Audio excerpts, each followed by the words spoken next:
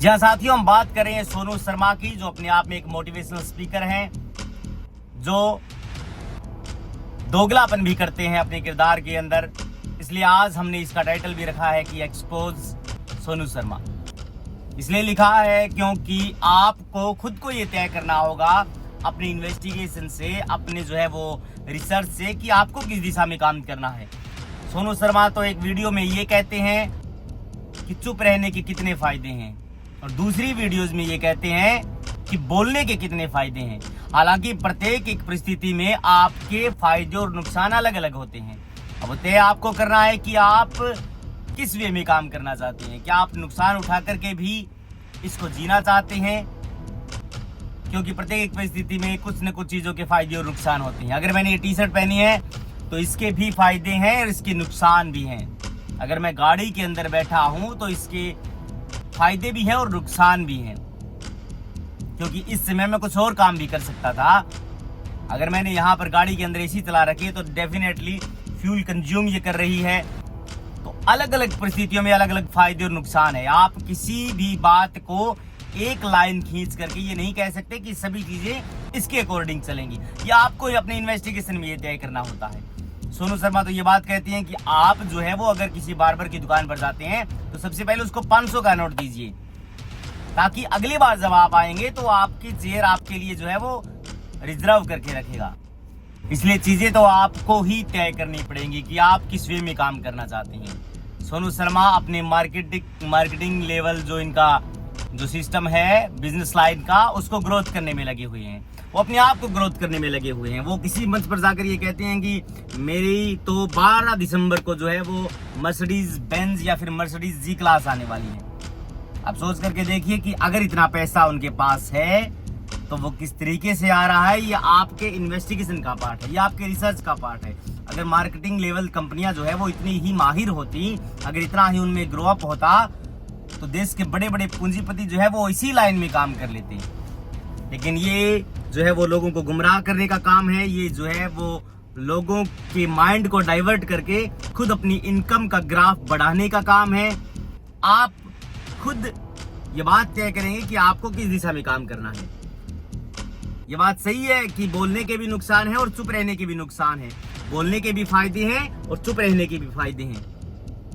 अब वो फायदे आपको तय करना पड़ेगा कि आप बोल करके मरना चाहते हैं या चुप रह करके मरना चाहते हैं। आप बोल करके लड़ना चाहते हैं या चुप रह करके जो है वो सहन करना चाहते हैं। दोनों के अपने अलग अलग फायदे हैं।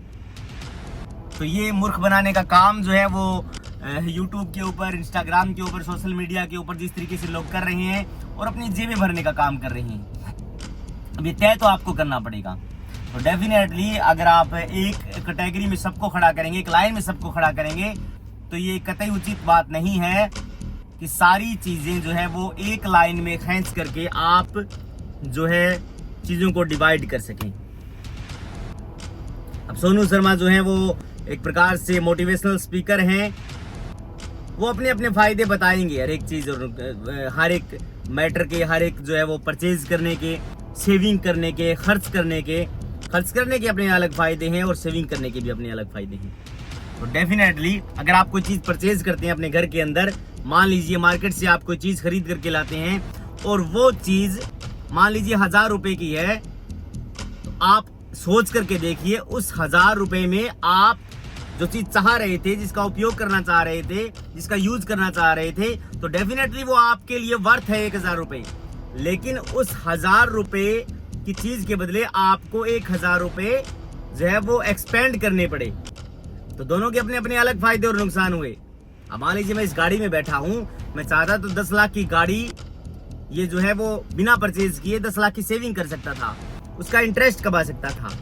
लेकिन अगर मेरे पास ये गाड़ी है तो डेफिनेटली उसका भी ये फायदा है कि मैं इधर उधर जो है वो अपने काम से और विवाह शादी पार्टीज में जो है वो ज्वाइन कर सकता हूँ अच्छे तरीके से। और मेरा एक प्राइवेट व्हीकल होगा जिसको मैं आधी रात को भी इस्तेमाल कर सकता हूँ इधर उधर जाने के लिए। तो ये सब मूर्ख बनाने का काम जो लोग कर रहे हैं, इसलिए इनको एक्सपोज करना इसलिए ज्यादा जरूरी है ताकि आने वाली पीढ़ी, ताकि लोग कम से कम ये सोच सकें कि ये लोग बिल्कुल जो बात बता रहे हैं एक्यूरेसी उसके अंदर 99% नहीं है। ताकि लोगों के दिमाग में ये बात क्लियर हो सके कि ये जो चीजें बता रहे हैं ये उनके अकॉर्डिंग ठीक लगती हैं, लेकिन आप जो है वो अगर इसको ग्राउंड पे लेकर के देखेंगे तो डेफिनेटली ऐसा कुछ नहीं है। ये लोगों को मूर्ख बनाने का काम कर रही हैं। इसलिए आपका ये काम बनता है कि इन लोगों को एक्सपोज करें।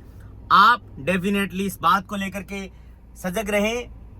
लोगों को लोगों में अवेयरनेस लाने की जरूरत है कि ये लोग जो है वो सिर्फ अपना काम आगे बढ़ाने के लिए, सिर्फ अपना धंधा आगे बढ़ाने के लिए लोगों के माइंड को ओवरलैप कर रहे हैं।